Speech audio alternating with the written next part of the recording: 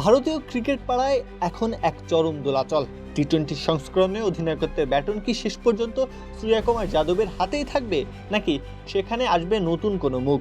নির্বাচকদের একরাশ সংশয়কে বুড়ো আঙুল দেখিয়ে গম্ভীরের আস্থার হাতি হয়তো আরও একবার সূর্যার ভাগ্য বদলে দিতে পারে। 22 গজে একসময় তিনি বোলারদের রাতের ঘুম কেড়ে নিতেন, অথচ এই সূর্যকুমারের ব্যাটে এখন আগের সেই চেনা ধার নেই। বিগত প্রায় 1 বছর ধরে রান খরায় ভুগছেন এই মারকুটে ব্যাটার। নির্বাচক কমিটির 5 সদস্য এখন একমত যে শুধু ব্যাটার হিসেবেই সূর্যা আর একাদশে জায়গা পাওয়ার যোগ্য নন।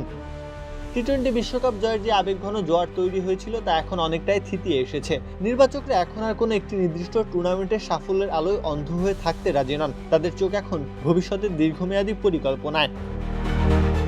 পরিসংখ্যানে কিন্তু সূর্যার পক্ষে কথা বলছে না। বিগত 12টি ইনিংসে মাত্র 210 রান এসেছে তার ব্যাট থেকে। স্ট্রাইক রেট 148 হলেও গড় রান নেমে এসেছে 18 এর নিচে। টি-20 ক্রিকেটের অন্যতম সেরা এই ব্যাটারের নামের পাশে এই সংখ্যাগুলো যে বড্ড বেমানান, তাই প্রশ্ন ওঠাটাই বরং স্বাভাবিক। ক্রিকেট মাঠে গৌতম গম্ভীর কখনো নামমাত্র কোচ হিসেবে চলেননি। দলের চাবিকাঠি সবসময় নিজের শক্ত হাতে রাখতেই তিনি ভালোবাসেন। সূর্যার সাথে তার ব্যক্তিগত সম্পর্ক চিরকালই বেশ মধুর।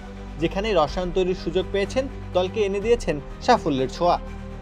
একসময় কলকাতার শিবিরে একে অপরের সতীর্থ ছিলেন তারা। কলকাতাকে এনে দিয়েছেন আইপিএল শিরোপা। ভারতের জার্সিতে অবশ্য দায়িত্বটা ছিল ভিন্ন, গুরু শিষ্য। সেখানেও সাফল্যের হার একদম শতভাগ। সূর্যার বিখ্যাত স্কাই নামটিও কিন্তু গম্ভীরেরই দেওয়া।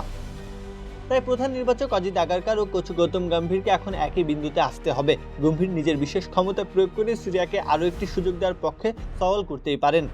এমনটা হলে নির্বাচক কমিটিকে আপাতত তাদের চূড়ান্ত সিদ্ধান্ত স্থগিত রাখতে হবে। প্রত্যহ কাব্য, খেলা 71।